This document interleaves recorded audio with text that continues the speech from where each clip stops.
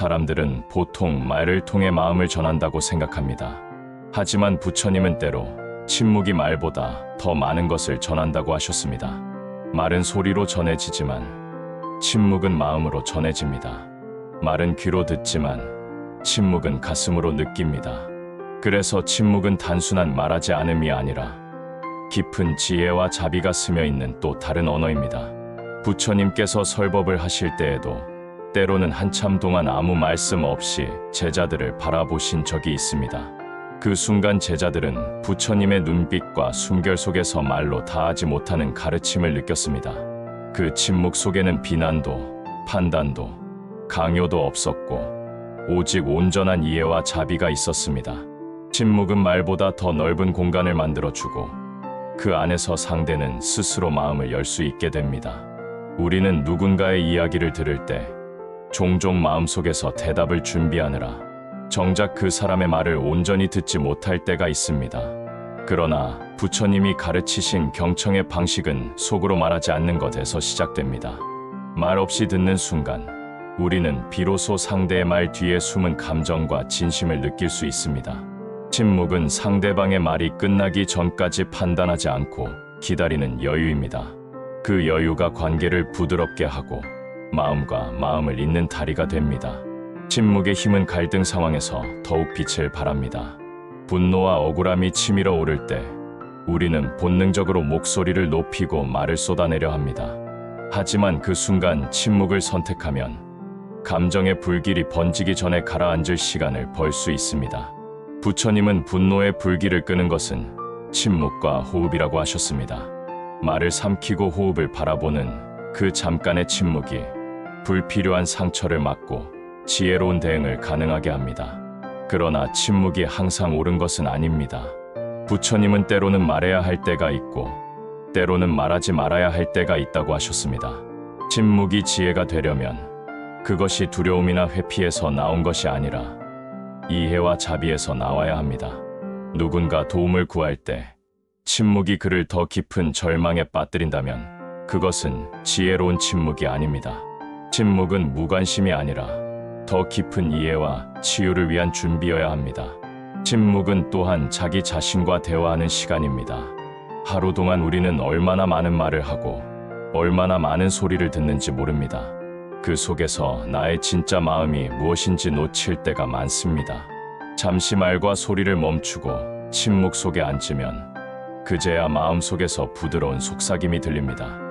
그것은 어쩌면 내가 오래전부터 듣고 싶어 했던 나 자신의 목소리일지도 모릅니다.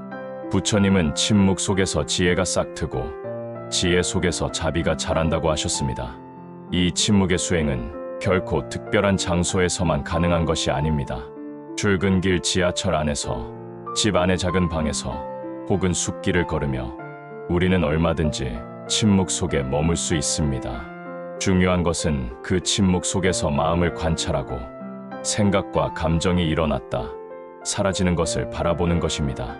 처음에는 잡생각이 쏟아지겠지만 그조차도 억누르지 말고 바라보면 조금씩 고요가 스며듭니다. 침묵은 타인을 향한 존중이기도 합니다.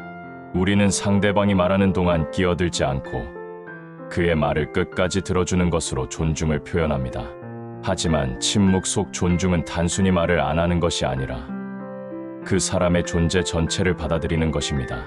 부처님의 침묵은 바로 그런 존중이었습니다. 그 앞에서는 누구도 방어할 필요가 없었고 있는 그대로의 자신이 받아들여졌습니다. 침묵은 또한 우리가 세상을 더 깊이 느끼게 해줍니다. 말이 멈추면 그동안 들리지 않던 바람 소리, 새 소리, 물 흐르는 소리가 들리기 시작합니다.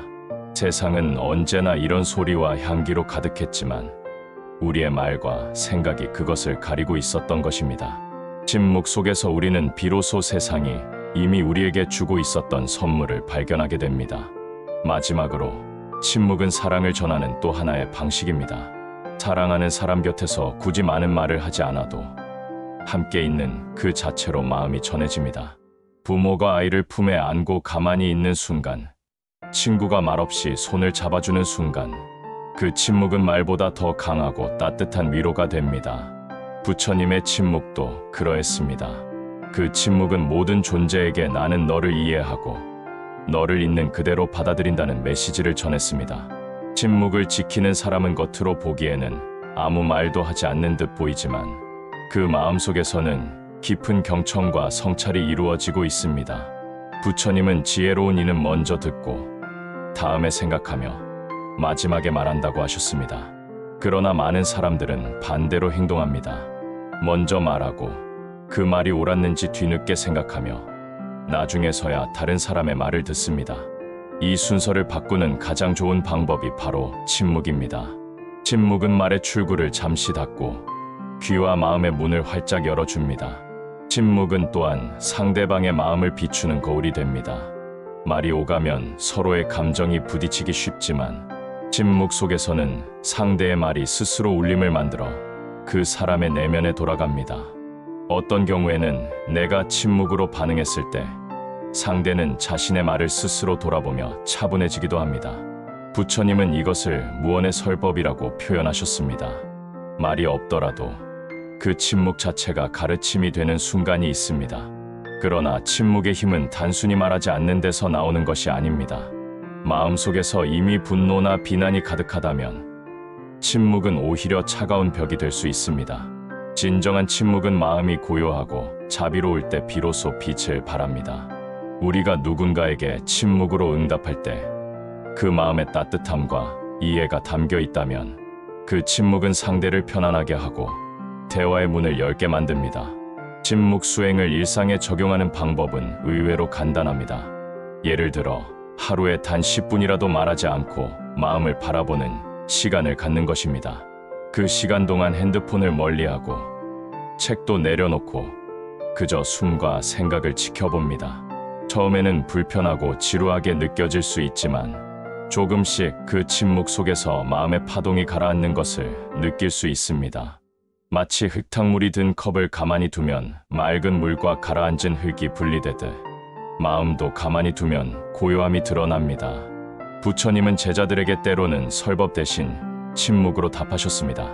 어떤 제자가 깊은 의문을 품고 부처님께 나아왔을 때 부처님은 아무 말씀도 하지 않으셨습니다. 제자는 처음에는 혼란스러웠지만 그 침묵 속에서 스스로 답을 찾았습니다. 말로 주는 답은 때로는 듣는 이를 제한하지만 침묵으로 주는 답은 듣는 이가 스스로의 지혜를 일깨우게 합니다. 이것이 침묵이 지혜를 키우는 방식입니다. 또한 침묵은 우리가 세상과 조화롭게 살아가게 합니다. 우리는 대화를 통해 세상과 연결되지만 침묵을 통해 그 연결이 더 깊어집니다. 말이 줄어들면 우리는 주변의 미묘한 변화와 신호를 더 잘 느낄 수 있습니다. 누군가의 표정, 숨소리, 몸짓 속에 담긴 마음을 읽을 수 있게 됩니다. 이것은 단순한 대화 기술이 아니라 자비심과 직관을 키우는 수행입니다.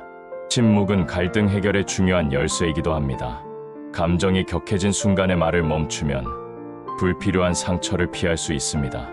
그리고 그 침묵은 상대방에게 나는 너의 말을 곰곰이 생각하고 있다는 신호를 줍니다. 이렇게 상대가 존중받고 있다고 느끼면 대화의 분위기는 자연히 누그러집니다. 부처님께서는 말은 다리가 될 수도 벽이 될 수도 있다. 침묵은 그 다리를 더 튼튼히 하는 기둥이 된다고 하셨습니다. 그리고 침묵은 자기 마음을 치유하는 시간이기도 합니다. 하루 동안 받은 상처와 피로가 쌓일 때 우리는 누군가에게 털어놓거나 말로 풀어내려 합니다. 물론 그것도 필요하지만 때로는 그 어떤 말보다 깊은 위로를 주는 것은 스스로에게 주는 조용한 시간입니다. 그 시간 동안 우리는 마음을 가만히 어루만지며 흩어진 생각을 모읍니다. 그렇게 마음이 다시 하나로 모이면 다음 날을 살아갈 힘이 생깁니다. 마지막으로 침묵은 부처님의 가르침을 온전히 내 안에 담는 그릇입니다. 경전의 말씀을 듣거나 읽을 때 우리는 곧바로 반응하거나 해석하려 하기보다 잠시 침묵 속에 그 말씀을 두어야 합니다. 그럴 때 말씀은 내 안에서 숙성되고 시간이 지나면서 삶 속에서 자연스럽게 피어납니다. 부처님이 설법 후 잠시 침묵을 지키신 것도 제자들이 그 말씀을 마음 깊이 새기게 하기 위함이었습니다. 침묵의 가치는 세상과의 관계뿐만 아니라 나 자신과의 관계에서도 커다란 힘을 발휘합니다. 많은 사람들은 하루 종일 다른 사람과의 대화, 인터넷, 소셜미디어 속에서 끝없이 말과 소리를 소비합니다. 그러나 부처님은 너 자신과 마주하는 시간을 놓치지 말라고 하셨습니다. 그 시간은 곧 침묵 속에서만 가능해집니다. 소음이 사라져야만 그동안 묻혀있던 나의 진짜 마음이 들리기 때문입니다. 이 침묵은 단순한 말하지 않음이 아니라 의식적으로 선택한 고요함입니다. 그 고요함 속에서 우리는 지나온 하루를 돌아보고 그 안에서 놓친 감사와 배움을 발견할 수 있습니다.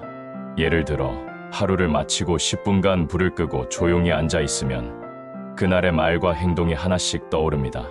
그때 조금 더 부드럽게 말할 걸, 그 사람의 마음을 더 들어줄 걸, 이런 생각이 들면 그것이 바로 수행의 씨앗이 됩니다.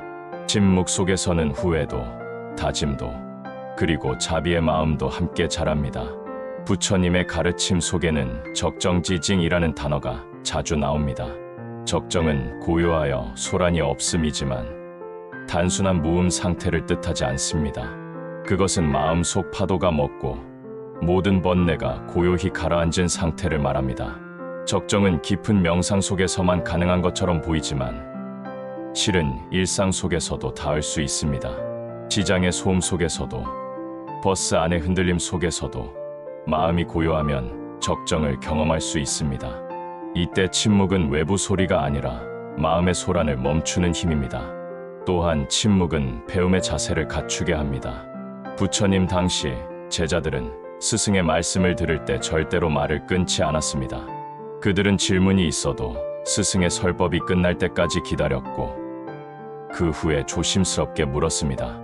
이 전통은 단순한 예의가 아니라 침묵이 배움의 뿌리가 된다는 것을 보여줍니다.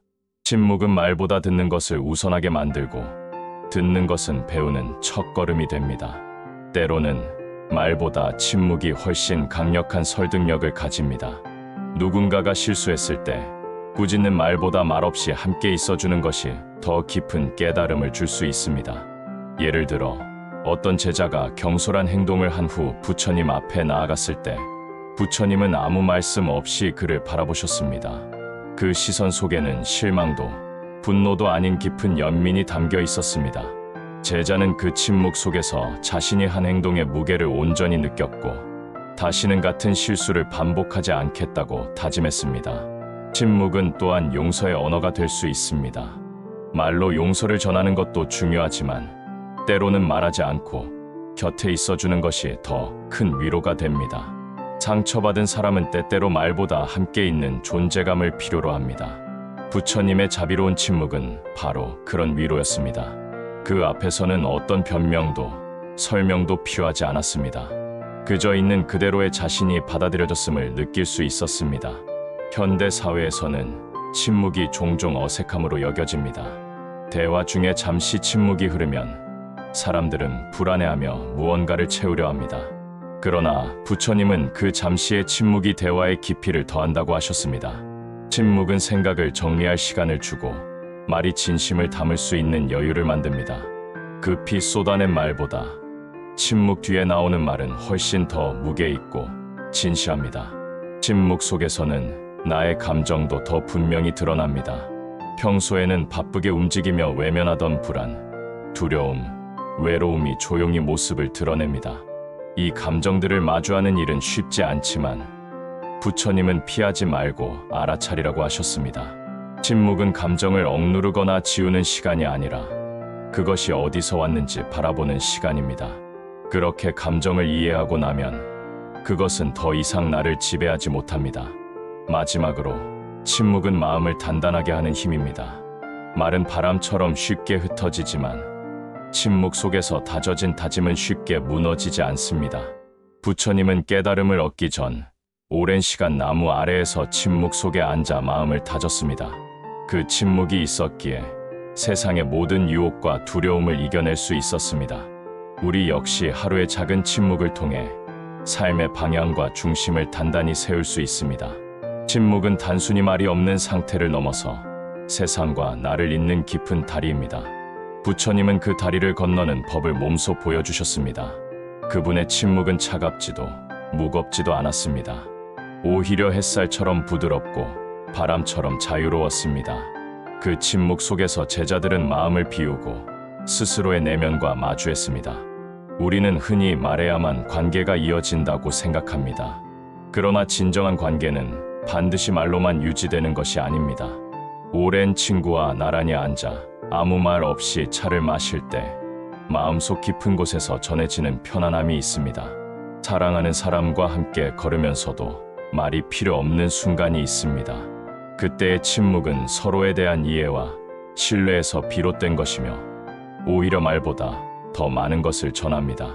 부처님께서 설법하실 때 때로는 제자들이 어려운 질문을 했습니다. 그 질문이 삶의 본질과 깊이 관련된 것일수록 부처님은 곧바로 답하지 않고 잠시 눈을 감으셨습니다. 그 순간 제자들은 스승의 침묵이 생각 없음이 아니라 깊은 사유와 자비에서 나온 것임을 알았습니다. 이와 같이 침묵은 단순한 공백이 아니라 지혜가 자라는 토양입니다. 또한 침묵은 나를 지키는 방패이기도 합니다. 불필요한 말은 때로 스스로를 해치고 관계를 상하게 합니다. 부처님은 필요 없는 말은 침묵이 낫다라고 하셨습니다.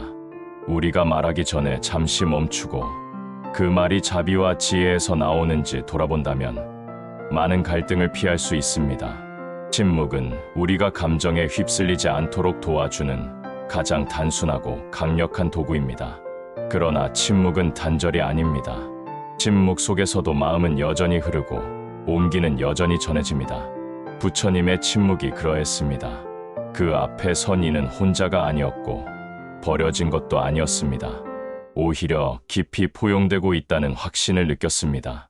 그래서 참된 침묵은 상대를 멀어지게 하지 않고 오히려 가까워지게 합니다. 삶에서 침묵을 의식적으로 실천하기 위해서는 매일 일정한 시간을 정해 말을 멈추고 마음을 관찰하는 습관을 들이는 것이 좋습니다. 이때 중요한 것은 아무 생각도 하지 않으려고 애쓰지 않는 것입니다. 떠오르는 생각과 감정을 억누르지 말고 하늘 위를 흐르는 구름처럼 바라보는 것입니다. 그렇게 바라보다 보면 마음속 소음이 잦아들고 그 자리에 고요가 깃듭니다. 부처님은 깨달음에 이르는 길에 고요한 관찰을 빼놓지 않으셨습니다. 그 고요 속에서 우리는 자신이 세상과 어떻게 관계 맺고 있는지, 무엇을 두려워하고 무엇을 집착하는지 분명히 볼 수 있습니다. 그리고 그 깨달음이 쌓이면 말 한마디를 하더라도 그것은 이미 깊이 다듬어진 자비의 언어가 됩니다. 침묵은 또한 감사의 문을 엽니다. 말이 멈추면 우리는 그동안 무심히 지나친 많은 것을 새롭게 보게 됩니다. 창밖으로 스며드는 햇빛, 멀리서 들려오는 아이들의 웃음소리, 바람에 흔들리는 나무잎의 향기, 이런 작은 것들이 우리 삶을 얼마나 풍요롭게 하는지 깨닫게 됩니다. 감사는 말보다 먼저 느껴지는 것이고 침묵은 그 감사를 온전히 맛보게 합니다. 마지막으로 부처님이 보여주신 침묵의 가르침은 우리에게 이렇게 속삭입니다. 말하지 않아도 전해지는 것이 있다. 그것은 바로 진심이다.